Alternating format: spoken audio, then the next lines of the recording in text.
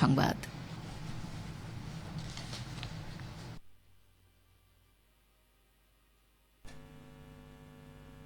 আসসালামু আলাইকুম। বাংলাদেশ বেতার, রাজশাহী। স্থানীয় সংবাদ পড়ছি খন্দকার আনোয়ারুল ইসলাম। রাজশাহী বিশ্ববিদ্যালয়ে নানা প্রতিবন্ধকতায় ৩ দফা পিছিয়ে আগামী ১৬ই অক্টোবর রাকসু নির্বাচনের দিন ধার্য করা হয়েছে। এমন অবস্থায় রাকসু নির্বাচন সহ পুরো বিশ্ববিদ্যালয়ে দেখা দিয়েছে অচলাবস্থা। চতুর্থ দিনের মতো কর্মবিরতি পালন করছে রাবির শিক্ষক, কর্মকর্তা ও কর্মচারীরা। উল্লেখ্য, ৫ই আগস্টের পর শিক্ষার্থীদের দাবির প্রেক্ষিতে পোষ্যকোটা বাতিল করে রাবি প্রশাসন। তবে শিক্ষক, কর্মকর্তা, কর্মচারীদের আন্দোলনের হুমকির মুখে গত 18ই সেপ্টেম্বর শর্ত সাপেক্ষে প্রাতিষ্ঠানিক সুবিধায় সন্তানদের ভর্তির সিদ্ধান্ত নেয় রাবি প্রশাসন। এর প্রতিবাদে 20 সেপ্টেম্বর দুপুরে উপাচার্য সহ কর্মকর্তাদের সাথে শিক্ষার্থীদের ঘটে অনাকাঙ্ক্ষিত ঘটনা। শিক্ষার্থীদের দাবির মুখে 21 সেপ্টেম্বর রাতে প্রাতিষ্ঠানিক সুবিধা স্থগিত করতে বাধ্য হন রাবি উপাচার্য। শিক্ষক কর্মকর্তার উপর হামলাকারী শিক্ষার্থীদের শাস্তির দাবি জানিয়ে অনির্দিষ্টকালের কর্মবিরতি ঘোষণা করে শিক্ষক, কর্মকর্তা ও কর্মচারীবৃন্দ। নির্বাচন কমিশন বাধ্য হয় নির্বাচন পেছাতে।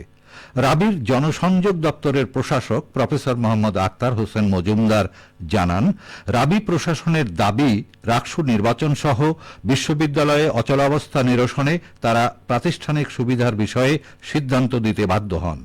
সকল পক্ষকে সাথে নিয়ে নির্ধারিত তারিখে রাকসু নির্বাচনের বিষয়েও আশাবাদী তারা। শরতের শুভ্রতা জানান দিচ্ছে দুর্গাপূজার আগমন। প্রতিমা তৈরিতে ব্যস্ত সময় পার করছেন শিল্পীরা। নওগাঁ জেলায় আনন্দমুখর পরিবেশে উৎসব পালনে বিশেষ নিরাপত্তা ব্যবস্থা গড়ে তুলেছে আইন শৃঙ্খলা বাহিনী। এ নিয়ে এখন শুনুন একটি বিশেষ প্রতিবেদন। সাজানো হচ্ছে মণ্ডপগুলো। নওগাঁ জেলায় 811টি মণ্ডপে দুর্গাপূজার প্রস্তুতি চলছে।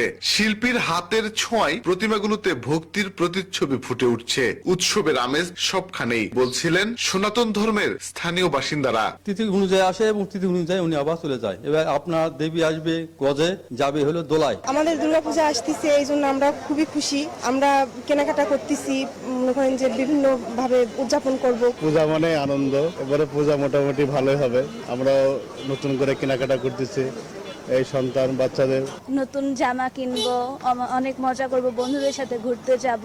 উৎসবের প্রস্তুতি তুলে ধরে নওগাঁ জেলা বাংলাদেশ হিন্দু বৌদ্ধ খ্রিস্টান কল্যাণ ফ্রন্টের সভাপতি মনোজিৎ কুমার সরকার বলেন, সম্মানিত জেলা প্রশাসক, পুলিশ সুপার মহোদয় নেতৃত্বে আমরা হিন্দু জনগোষ্ঠীর সংগঠনের নেতৃবৃন্দ ঐক্যবদ্ধভাবে আমরা সচেষ্টে বা সাড়ম্বরে যাতে এই দুর্গা উৎসব পালিত হয় এই কাজ করে যাচ্ছি। দুর্গা উৎসব ঘিরে জেলা জুড়ে নিরাপত্তা ব্যবস্থা জোরদার করা হচ্ছে, বলছিলেন পুলিশ সুপার মোহাম্মদ শাফিউল সরোয়ার। এই দুর্গাপূজা উপলক্ষে সর্বমোট 853 জন পুলিশ সদস্য নিয়োজিত থাকবে। ঝুঁকিপূর্ণ এবং কম ঝুঁকিপূর্ণ যেই মণ্ডপগুলো আছে ওগুলোতে আমাদের ফুল টাইম পুলিশ সদস্য নিয়োজিত থাকবে। সাধারণ মণ্ডপ যেগুলো থাকে সেগুলো বিট অফিসারের মাধ্যমে ওখানে একটা টিম থাকবে। টিমগুলো ওই তার নিজস্ব এলাকার পূজা মণ্ডপগুলো সার্ভিলেন্সে রাখবে। তিনি বলছিলেন, পুলিশের পাশাপাশি দুর্গা উৎসবে নিরাপত্তার দায়িত্বে থাকবে সেনাবাহিনী, আনসার ও বিজিবি। শফিক ছোটন, নওগাঁ জেলার সংবাদদাতা, বাংলাদেশ বেতার, রাজশাহী। এদিকে পাবনার বেড়া উপজেলায় শারদীয় দুর্গাপূজা সুষ্ঠু ও শান্তিপূর্ণ পরিবেশে উদযাপন উপলক্ষে বিশেষ প্রস্তুতিমূলক সভা অনুষ্ঠিত হয়েছে। গতকাল উপজেলা পরিষদ হলরুমে এই সভা অনুষ্ঠিত হয়। সভায় সভাপতিত্ব করেন উপজেলা নির্বাহী কর্মকর্তা মোর্শেদুল ইসলাম। সভায় বক্তব্য রাখেন বেড়া উপজেলা সহকারী কমিশনার মুরেন মাসিয়া খান, বেড়া মডেল থানার ওসি AKM হাবিবুল ইসলাম, আমিনপুর থানার ওসি গোলাম মোস্তফা ও উপজেলা পূজা উদযাপন কমিটির সভাপতি ভিখারাম হালদার প্রমুখ।